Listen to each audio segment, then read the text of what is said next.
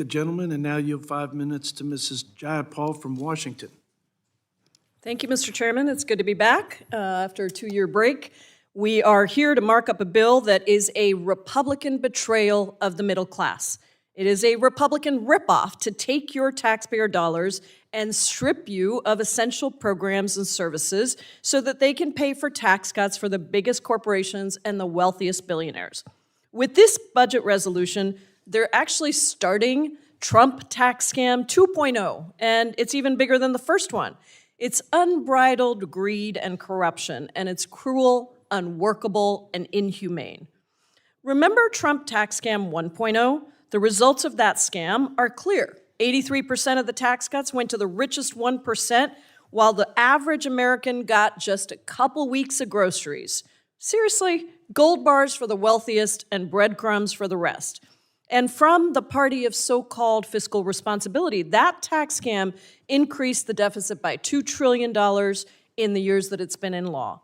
Well, here we are again, with Republicans planning to strip Medicaid of $880 billion so that they can finance Trump tax scam 2.0, the extension of Trump tax scam 1.0. Republicans intend to make deep cuts to essential programs that millions of Americans rely on, from nursing homes to school lunches for kids, to Meals on Wheels, to affordable health care for millions of Americans. It's just cruel.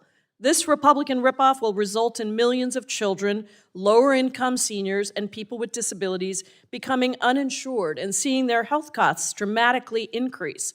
1 in 3 Americans depend on Medicaid for their health coverage, and this Republican betrayal would eviscerate that. We're talking about stealing health care from 38 million kids across the country. That's over 800,000 kids in my home state, over 3 million kids in Texas, and about 1.2 million kids in Ohio.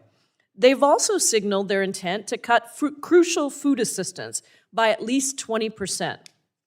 The nutritional program SNAP provides food to 42 million low-income Americans, including for over 3 million Floridians and 2 million Pennsylvanians. 4 out of 5 households that rely on SNAP have a child, a senior, or a person with a disability. Amidst rising food prices, now is not the time to stop helping working families put food on the table. And let's not forget, Republican instructions to make these cuts is a floor, not a ceiling. On top of this, the Republican chair of the Ways and Means Committee has said that this bill needs to have offsets totaling more than the $4.5 trillion currently set as the lower limit in order to extend Trump's tax scam. Now, you may hear that my Republican colleagues are claiming that extending the tax scam doesn't cost money. That's grossly inaccurate. Extending Trump's tax scam would give the wealthiest Americans a tax cut 2.5 times the size of what it gives to a regular American household. Don't take my word for it. Take it from our Republican colleague, David Schweikert, who has called that claim, quote, an intellectual fraud. We could see considerably more cuts to essential services for middle-class Americans. There is simply no other way to achieve Republicans' cruel policy goals without severe and painful cuts that devastate working families.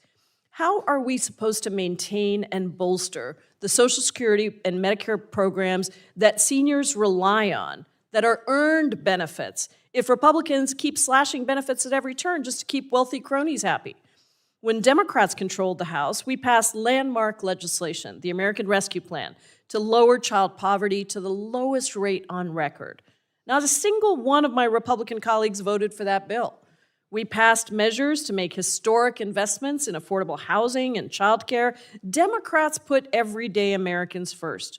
Not only did we campaign on helping working people, we actually delivered on it. In contrast, my Republican colleagues have put forward an extreme plan that betrays every one of their promises to the American middle class and working people everywhere.